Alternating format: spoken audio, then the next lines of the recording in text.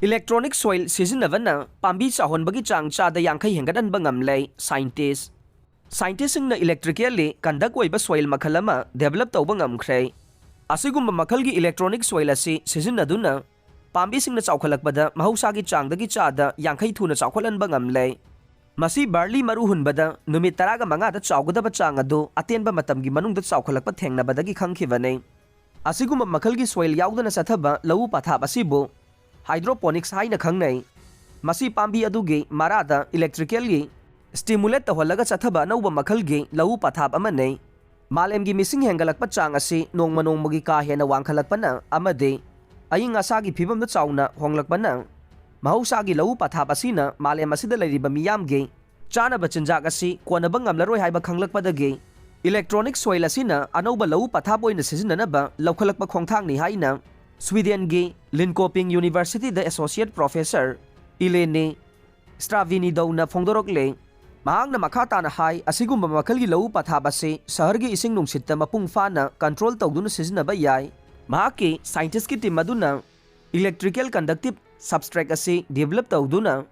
hydroponic cultivation ase pangthokpane masibu aikoina e soil haina khangnai haire mahaki scientist team aduna research work chathagibagi journalist National Academy of Science ta publish tawkhraba matungda makoina praman oina barley marusing conductive soil asida hunduna changyeng tawbada numit 15 gi manungda chada yankhai gi changda yangna chawkhalakhe matamaduda pambi sing adugi mara sing adu electrically stimulate tawhanki haire hydroponic cultivation lau makhalase har yauduna pambi sing hawanbanai masida mathau taribase ising nutrient amasung mara aduda subsinba ngamba substrate asi khaktanei pambi thafam adugi mapung phana khajilaba mafamda isingna recirculation tawhanduna thamme maduna marusing aduna hakthengna makhoina mathau tariba nutrient sing adu loksinba ngamme maram asina makoina chawkhana bonabada isingi chang yamdana changbaga loinana system adugi manungda nutrient pumnamak lemhauduna thamba ngamme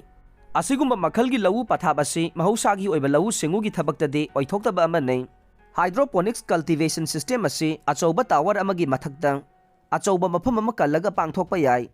lau mawong asida lechu herbs amade atopa mana masing khara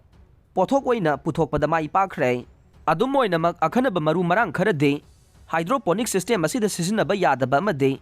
makoigi tonganba fodder sing changbana akhanaba maru kharade lau pathap asiga chanadaba lei hainasu scientist Ilene Stravinidowna makhatana phongdorokre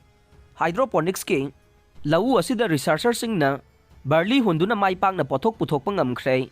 asigumba thawong asida makoina ahenba resource yamna tana sizinaduna pambi sing thuna chawhanba ngamkhe haujik phawbagi oina thabak asi kadai phawba mai pakna pangthokpa ngamgadage haiba chapchana khangba ngamdre thawong asida biological mechanism amadi changle pambi chawkhadanbada electrical stimulation asina kaya yamna ithil pibage haibadusu chapchana puthokpa ngamdri haire